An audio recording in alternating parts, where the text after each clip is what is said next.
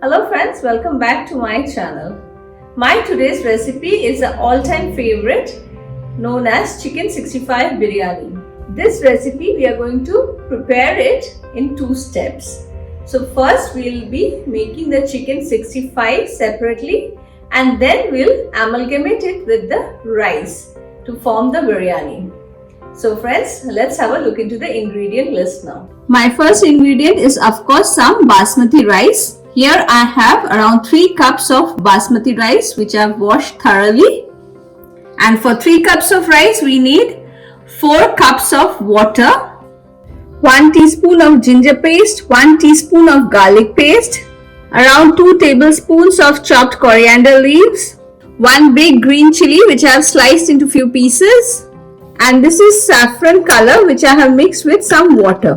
1 big onion which I have deep fried in some oil, 2 bay leaves, 1 star anise, 4 to 5 cloves, 4 to 5 cardamoms and 2 sticks of cinnamon, 2 tablespoons of yogurt or curd, 1 whole pack of biryani masala. You can take any brand of your choice, of ghee or clarified butter, a few drops of rose water essence. If you're taking rose water, then you can go in for 1 teaspoon of it. And our final ingredient is chicken 65 which I have already cooked. I have a recipe for it which I'm going to add in the above link or one in the description box below. Before starting to cook, we'll add the biryani masala with the yogurt. So here I have around 50 grams of biryani masala which I am mixing with the yogurt and keeping it aside. Mix it well, and you can see I have blended the yogurt and the biryani masala together well now. So we are going to keep this aside and proceed with the biryani now.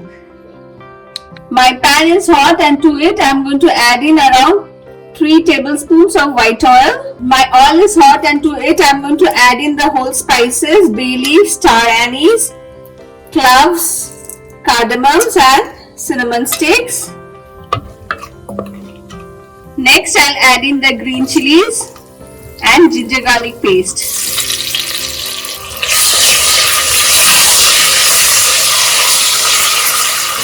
Next I'll add in the washed rice.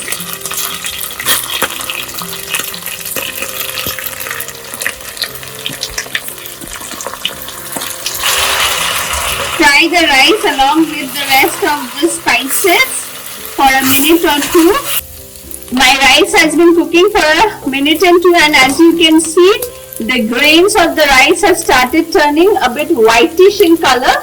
At this point, I am going to add in the measured water to it. Mix the rice with the water and we'll cover it and cook it till the rice is almost 80% done. It's been 5 minutes now. And my rice, as you can see, it is almost 80% cooked. The grains have all fluffed up, but there is still some moisture in them. At this point, I am going to add in the yogurt and the biryani mixture. After adding it, give it a quick mix.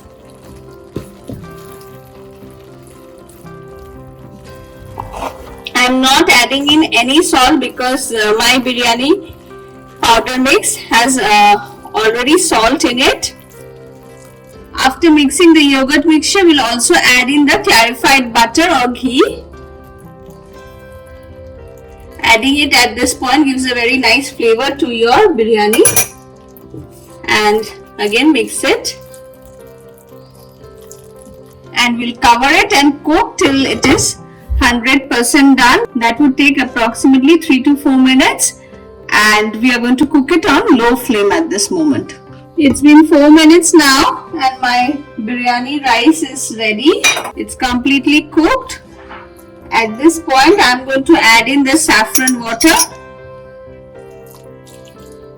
Just a drop of the rose essence and the coriander leaves. And we'll again cover it and let it sit for at least 5 to 10 minutes before serving. So now we are going to assemble the chicken 65 biryani. For that, my chicken 65 is ready. Here I have my fried onions and this is the cooked biryani rice. In a big bowl, first I am going to place in my chicken 65 pieces at the bottom.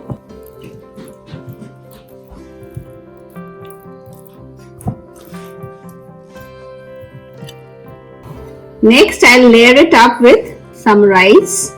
You can see how beautifully the rice has fluffed up and it is perfectly cooked. If you want, you can remove the bay leaves at this point. Next, I'll add in some of the fried onions on top.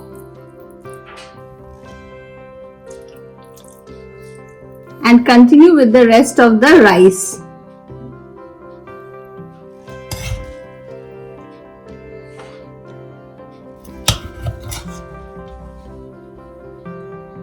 And then we'll let it sit for at least 3 minutes again before topsy-turving this into our biryani plate.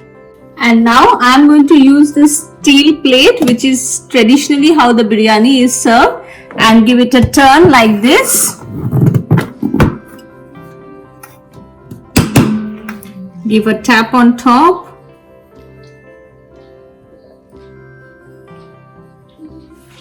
And this is how the biryani should look once served.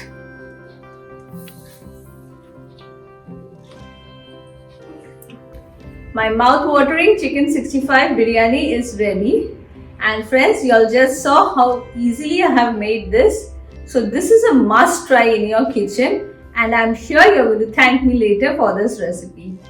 And on that note, I'm going to end my video here. Don't forget to hit the like and subscribe button. Thank you for watching.